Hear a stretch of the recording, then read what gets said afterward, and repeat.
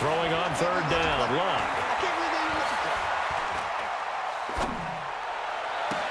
And he's got his man Hilton.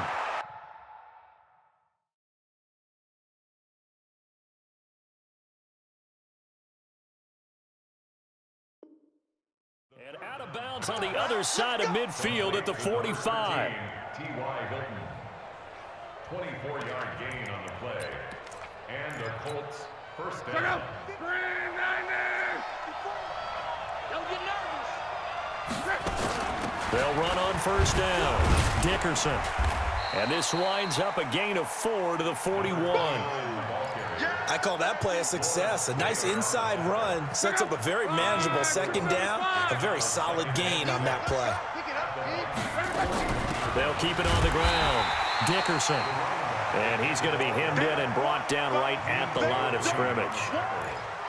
Early down stuff to put this offense in a precarious position. We know that securing the point of attack, especially against the big-bodied guys in the middle of this D, has got to be priority one.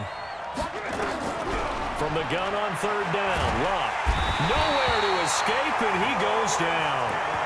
Lawrence Taylor able to get him down for a loss of 11, and it brings up fourth down. This offense converted once on fourth down earlier. Now they're out there again to try once more.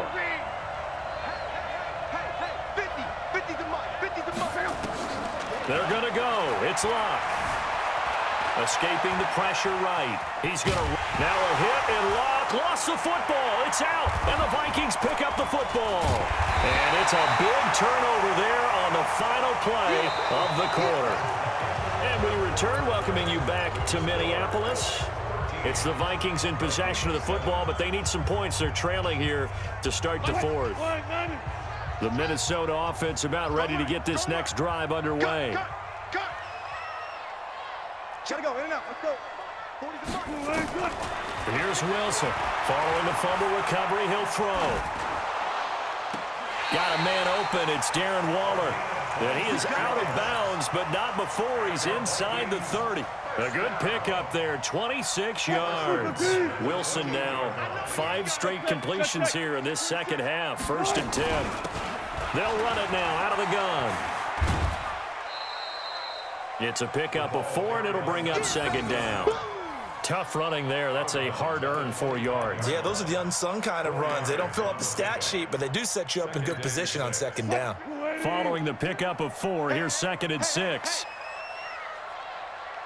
Friday. Shit. Watch the ship. Echo. Ship. One fluff. Start. Now Wilson. And he's just going to get rid of this thing. To no one here. He throws it away. And now it's 3rd. Brings up 3rd down and 6 yards to go. One of the bigger plays in the game thus far. The crowd getting into it as we come up on a big 3rd down. Alert. 3 down. Hatchet. Alert. Turn up. Kill it. Out of the gun. Here's Wilson. Man open. It's Moss, complete. They're able to convert on 3rd down, and that sets up a 1st and goal. I'd have to say that whenever you see a good post route run, they do not like to let it end without the catch. Hence, that great diving play. Yeah, lay it up there, let him go get it, and he got it. They'll try and run for it on 1st and goal. And a little bit of space there takes it inside the 5 to the 3. A pickup of 4 on 1st down. It'll be 2nd and goal. So the ball position now at the 3. Here's 2nd and goal. Back to the mic. Let's go double count right here. Double count. Check. To throw is Wilson. It's caught in the end zone. Touchdown, Minnesota. Randy Moss, his 2nd touchdown of the afternoon, as his guys are an extra point away now from taking the lead here in the 4th. Bryant tacks on the extra point, and they have taken the lead here in this 4th quarter. And after the touchdown, here's Bryant now to kick it away. This will be taken very short. Here we go. Here we go. First and 10. Here we go. At their own 27-yard line.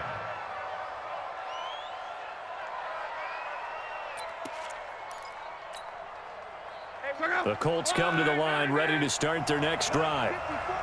And last time, not only the turnover, but that turned into 6 points. They got to make up for that here. It's a foot race. 30, 10, touchdown, Indianapolis. A great effort there. 73 yards. And the Colts are going to jump back in front. Watch the run.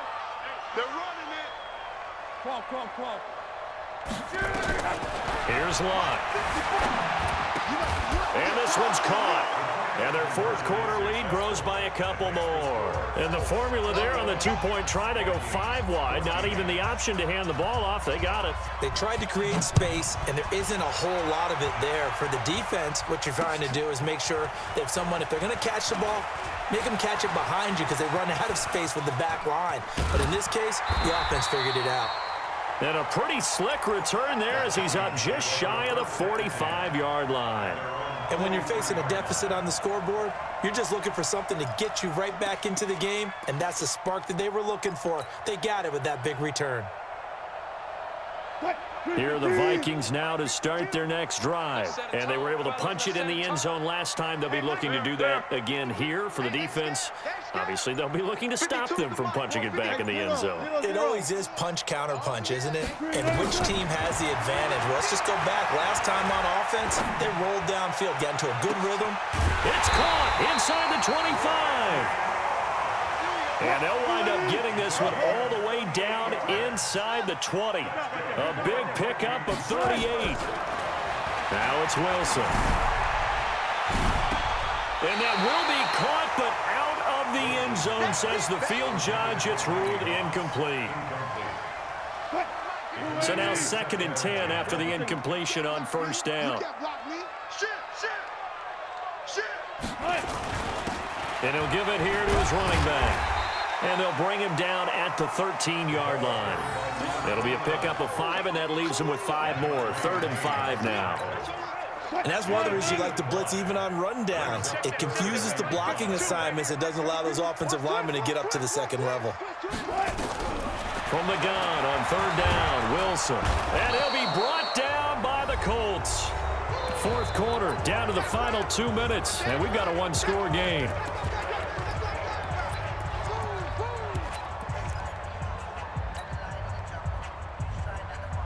So the Vikings in possession of the football as we get you reset. And let's see what they've come up with offensively after having time to talk it over. He finds Beckham complete. They keep the game alive, at least for the moment, as it's a first down. Great play offensively, defensively. What a disappointment. And that's why I hurry up and attack right away. You might catch him napping a little bit after that breakdown. A looming decision to make on the conversion, down 7, but first things first, they need to score as they come up on 1st and goal. And he'll get in. Touchdown, Minnesota.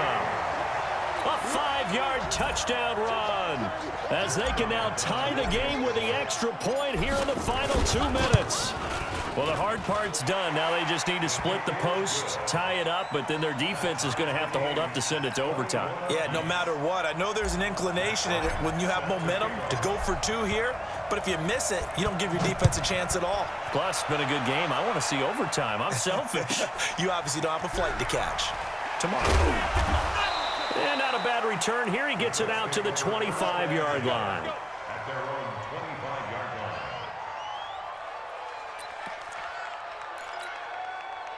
The Colts come to the line ready to start their next drive. And they hit the home run last drive. 1 play on the ground all the way to the house. Now the defense, maybe they're expecting a run here. Partner, I love your description because when we talk about hitting the... And he's free going down the left side. It's a foot race. Touchdown, Indianapolis. A great play there with his second touchdown of the afternoon. And they're able to break the tie and move out in front here in this fourth quarter. Vinatieri connecting on the extra point. And the decision to just kick the extra point winds up successful.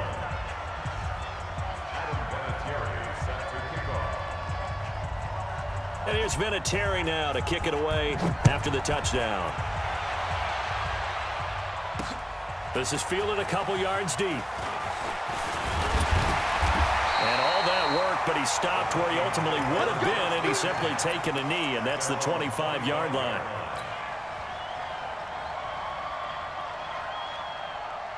The Minnesota offense about ready to get this next drive underway. They're down here in a one-score game, but the time is a factor, but it's not a huge factor right now, is it? It's really not, because this amount of time gives them a chance to run their offense, to go through play sequences. And this is what they work on every week in practice, usually on a Friday. They go over this type of a situation, late game situation. What are we going to do when we have the opportunity? They've called these plays a bunch of times. Now's their chance to execute them. They have the opportunity now. Here's the execution.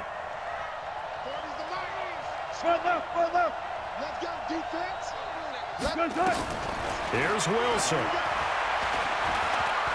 He's going to let it fly. This is caught at the 20. And yes, he's into the end zone. So they get the late score they needed. And now the extra point can tie this thing up in the final minute. The receivers have been running them ragged. Maybe some tired legs in the secondary, maybe some tired legs in the pass rush. Didn't get to him. And look what resulted. A touchdown, tie game. They've got a chance to take the lead. All right, now a big two-point conversion attempt still to come.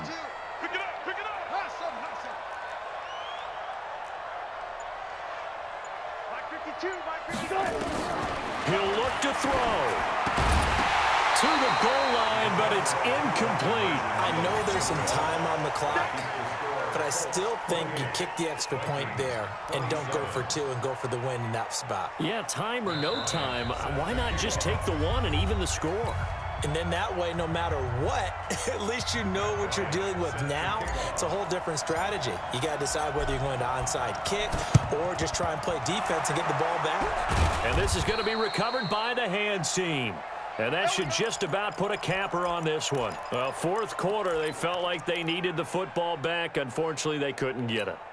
And I know we've brought analytics into the game, and someone has said here that the data says that when a team's expecting an onside kick, 80% of the time, the team expecting it, they do actually recover the ball, which is what we saw here.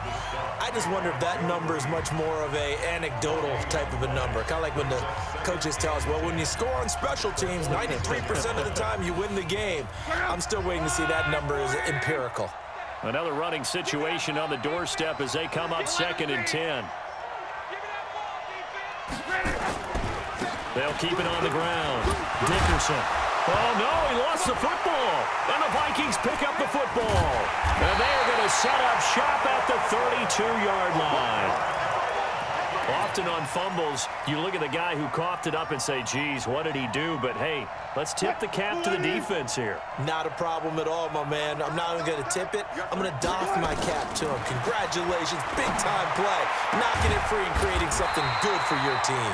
And able to get this one across the 45 before he's brought down. They get 14 there. First down, Vikings. Back to throw. They'll find his tight end. That's Waller.